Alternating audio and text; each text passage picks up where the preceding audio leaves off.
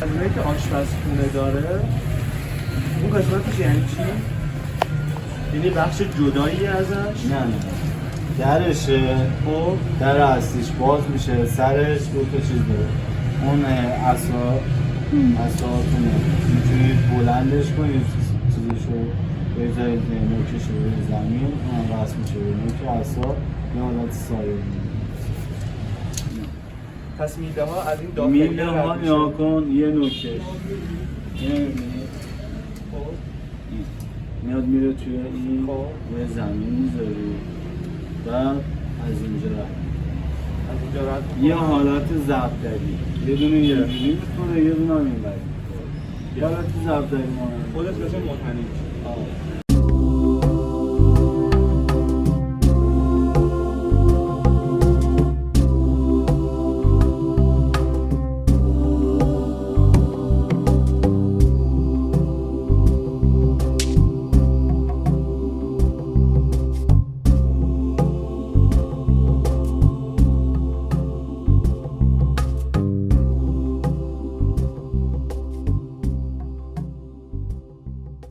چادری که ما انتخاب کردیم با توجه به شرایطمون و بودجه‌ای که داشتیم و استفاده‌ای که می‌خواستیم ازش بکنیم، چادریه که پشت سرمون ستاپ شده و می‌بینیم. آره و ما قصدی نداریم که فقط بگیم چادر ما و توضیحاتش چیه و اینا، می‌خوایم یه سری نکات کلی رو بگیم که چی شد که مثلا این چادر رو انتخاب کردیم.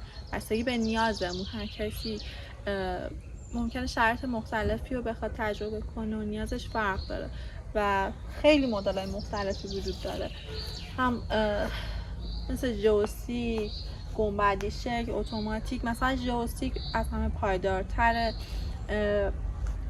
گنبدی شکل توش یه شرایطی پایداره، اتوماتیک مثلا خوبیش اینه که خیلی سریع برپا میشه، ولی مثلا توی همین محیطی که ما هستیم، جنگل و جایی که روز قبل بودیم، مه و باد و بارون و اینا، فکر نمی‌کنم دووم بیاره.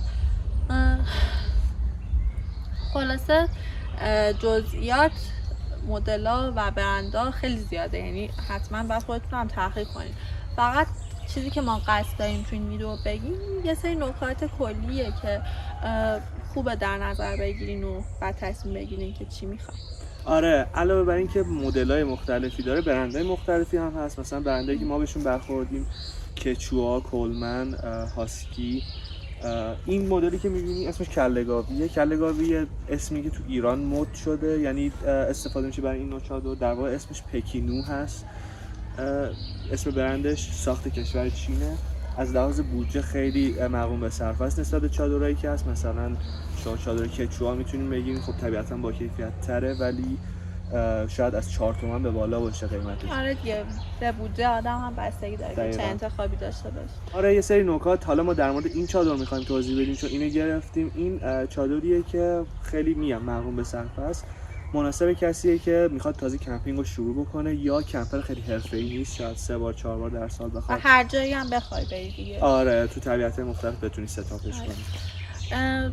یکی از مهمترین نکاتی که آدم باید در نظر بگیره وزنشه. وزن چادر ما 2.8، ولی وزن ایدئالی که میتونه برای چادر باشه بین مثلا 1 تا 2 کیلوه، که چون هرچی وزن کمتر باشه قاعدتا قیمت هم بیشتر میشه، ولی بازم ارزش داره، چون خیلی پارامتر مهمیه. مثلا ما اون اختلاف، مثلا میگم ما 2.8 بین 1 تا 2 کیلو خوبه، اون اختلاف جزئی که هست قابل هندله، چون بیشتر سفرامون با ماشینه، ولی بازم طبیعت گردی پیاده روی جدای ناپذیرشه دیگه.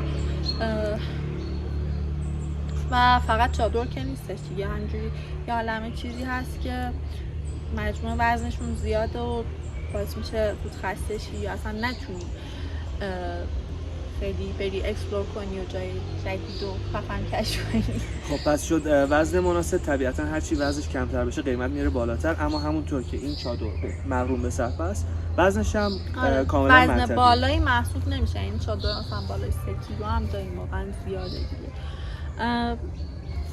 نکته مهم دیگه‌ای که به نظر من باید بگیم اینه که ستاپ کردنش خیلی طول نکشه. اینو حالا میبینید کلا کمتر از 5 دقیقه ستاپ میشه. اینی هم که میبینید چادر اصلیه، یه کاور هم داره که بهش میگن پوش، درسته؟ اون پوش روش قرار میگیره که از چند طرف میتونید با میخ محکمش بکنید.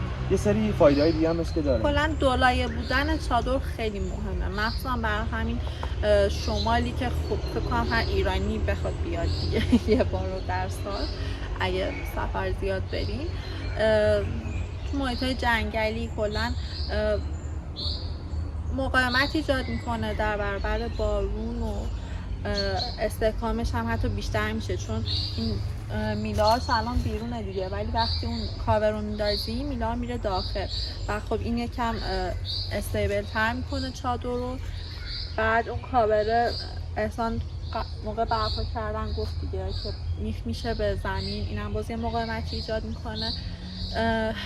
حتی اگه اصلا نه باد باشه، نه بارون، نه مه، نه شبنم، وقتی که طولانی مدت اصلا شب تا صبح تو چادری، اون نفسی که میکشی بازم باعث رطوبت میشه، شبنم ایجاد میشه رو چادر.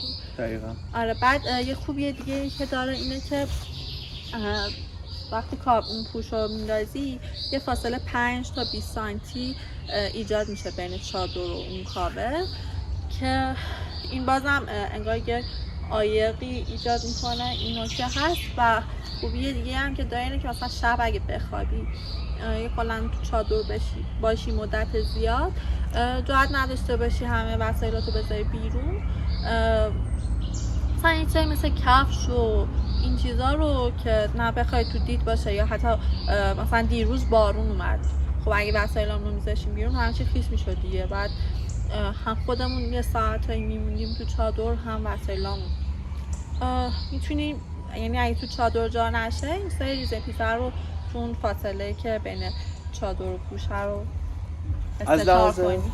درسته. از لحاظ سایز هم این چادر 2 پلاس بهش میگن، یعنی 2 نفر میتونن راحت داخلش بخوابن و 3 نفر بشینن. طبیعتا همونطور که میبینید قدی نیست، یعنی من نمیتونم، هیچکدومون نمیتونیم وایسیم، اما خیلی هم مهم نیست دیگه. آره خیلی مهم نیست، ولی نشسته کاملا فضاش باز و به نظر من فضای خیلی خوبی داره. و وقتی میخوابیم بازم یه سری وسایلامون جا میشه تو چادر دیگه، مثلا 2 تا کوله گندمون قطعا جا میشه، چیزای دیگه هم گذاشتیم اوکی.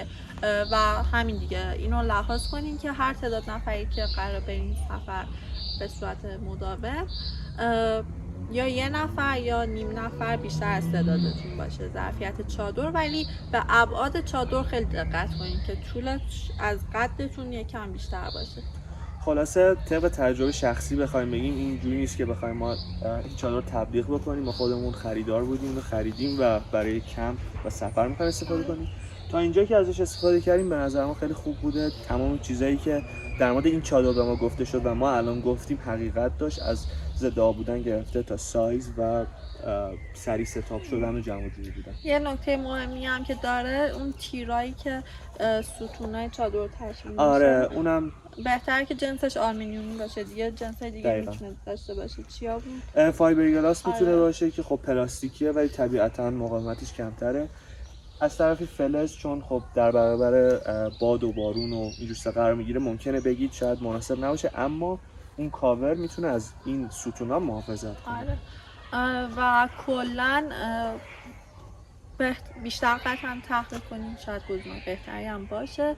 فقط این نکاتی که گفتیم رو توجه کنیم و اگر هم بودجهتون محدوده اصلا سخت نگیرین، با یه چیزی حتما شروع کنین. حتی اگه چادر هم ندارین بازم بیاین به این نوع سفرها هر جور شده قرض بگیرین یا به چیزای کم هزینه تر بسنده کنین و حتما این نوع سفر رو تجربه کنین و خوش بگذرونین.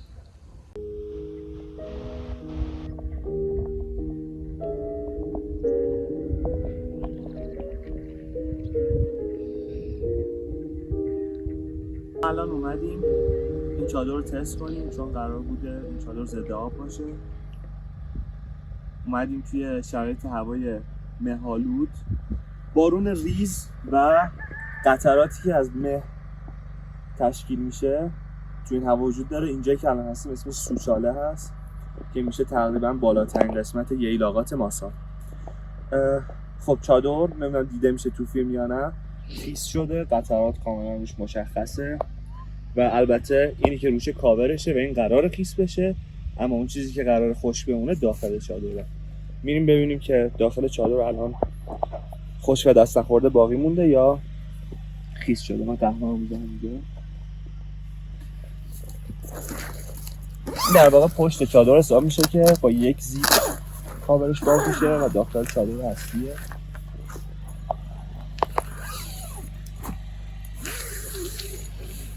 خب این که تو فیلم مشخص میشه یا نه رو نمیدونم، اما چیزی که من دارم میبینم همه چیز خشک و تمیز و دست نخورده باقی مونده که این نشون میده ضد آب بودن این چادر حقیقت.